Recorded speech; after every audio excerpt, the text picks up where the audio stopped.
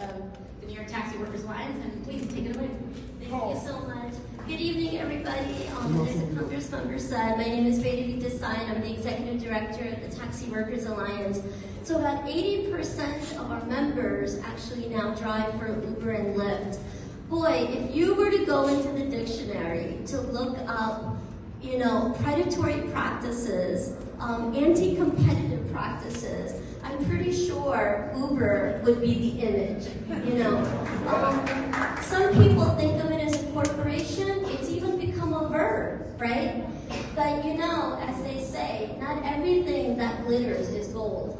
Behind the shine of Uber is tremendous exploitation. Our members begin every single day at a negative, having to pay sometimes as much as $90,000 for the vehicle. Every single operating expense in the industry is paid for by the drivers. Drivers are also 30 times more likely to be killed on this job and 80 times more likely to be robbed on this job. They pay the expenses and they bear all the risks and they see none of the profits. At the moment, Uber and Lyft are engaging in something called lockouts, where, imagine, in 2018, the city of New York engaged in regulations to require the minimum that the companies must pay the drivers on every trip so that the drivers could earn nothing less than a minimum wage. Minimum wage. We're not talking about people getting rich. We're talking about a minimum wage to allow people to live a dignified life outside of poverty. The city found that 86% of the drivers at the time were under poverty. And so when the city set these regulations, they also require that Uber and Lyft must pay for the drivers for their empty time in between dispatches. Because the driver is working. If they don't have a trip, it's because the company has not provided it to them. Well, today, since the summer, Uber and Lyft have been locking drivers out of the app in order to manipulate how empty drivers appear to be, just so they do not have to pay the minimum rates to the drivers, bear all the expenses, and take all the risks.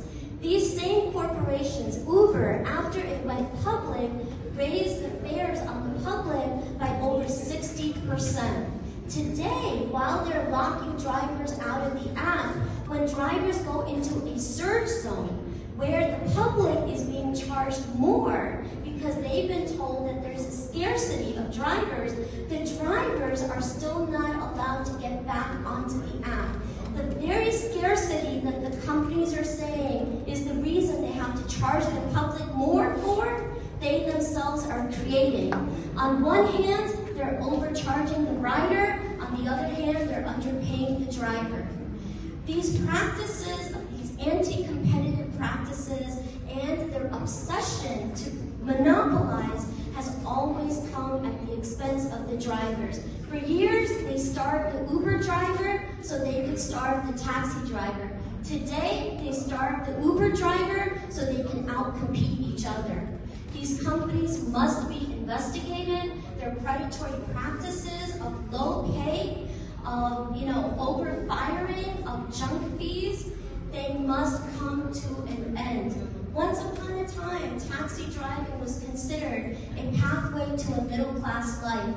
There is no excuse for the level of poverty that exists in this industry. You're working 60 to 80 hours a week. You are serving close to 1 million people in a global city that does not sleep because you are constantly working. Poverty is a choice. It is a business model. And at this moment in history, it has become the heart of monopolistic capital. We must put an end to these practices.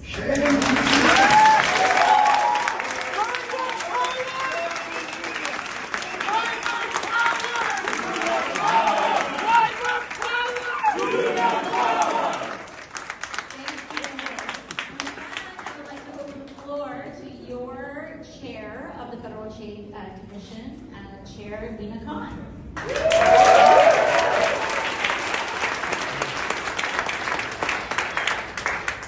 Thank you so much for the warm welcome. It's so wonderful to Chair. Thank you so much to Representative Ocasio-Cortez. You know, it's just so inspiring to see somebody who day in, day out is fighting for working families, even when it means standing up to powerful corporate interests.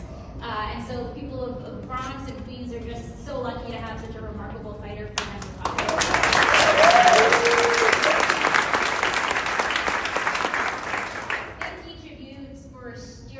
Stories. I mean, it's so remarkable how each of you is coming from a different place, a different industry, but I think we hear some core themes, right? I think time and time again, we see the rise of exploitative business models, the rise of financialization, and the rise of consolidation, where too often fewer and fewer companies are controlling more and more of the market.